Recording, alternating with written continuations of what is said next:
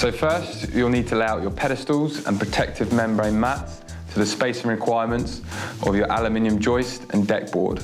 Today, we'll be using the 40 by 50 mm aluminium joists, which require a maximum spacing of 600 mm centres.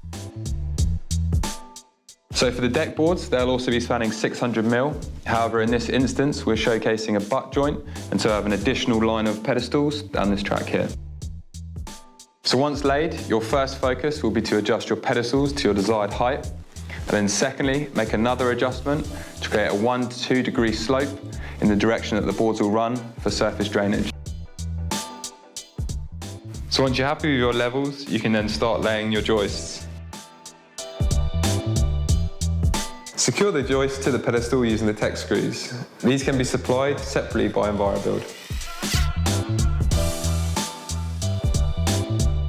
You can also create a box joint here using the 4-way cradle feature, but make sure to leave an expansion gap. With the subframe now complete, we're going to start laying our deck boards. So for this, we're going to start applying our starter fasteners along the length of the joist where the decking will start. It's important to get this straight as it will set the alignment for the rest of the deck. Using the screws supplied, secure the starter fasteners to the central channel of each joist, remembering to add an additional clip for the extra joist within the butt joint. As a general rule of thumb, no deck board should share the same clip. To fit the board, come in at a 30-degree angle and align the groove on the board with the fasteners. Don't worry if the deck board isn't sitting flush just yet, as we'll be applying more clips as we go along. And make sure to leave an expansion gap where the boards meet. So for our second row of deck boards, we're going to use our 3 mm hidden fastener clips. Again, use one fastener per joist and clip into the groove of the board that has just been laid, making sure the countersunk part of the fastener is face up.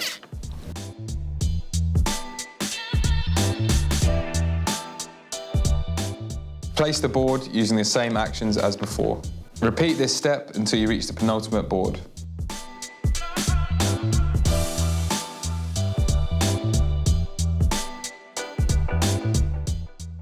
So we're on the penultimate board, and how we finish the decking will depend on how much we need to trim it and also which clip we are using. In this instance, we are using 3 mm clips and will not have to trim the board as we have a perfect fit. To secure the last board in place, we will screw directly through the boards into the joist. We recommend pre-drilling pilot holes in the deck board 2 mm wider than the width of the screw shank. So there you have it, a quick installation guide to installing Hyperion's non-combustible decking. If you have any questions or would like to see any more videos like this, please comment below and like and subscribe.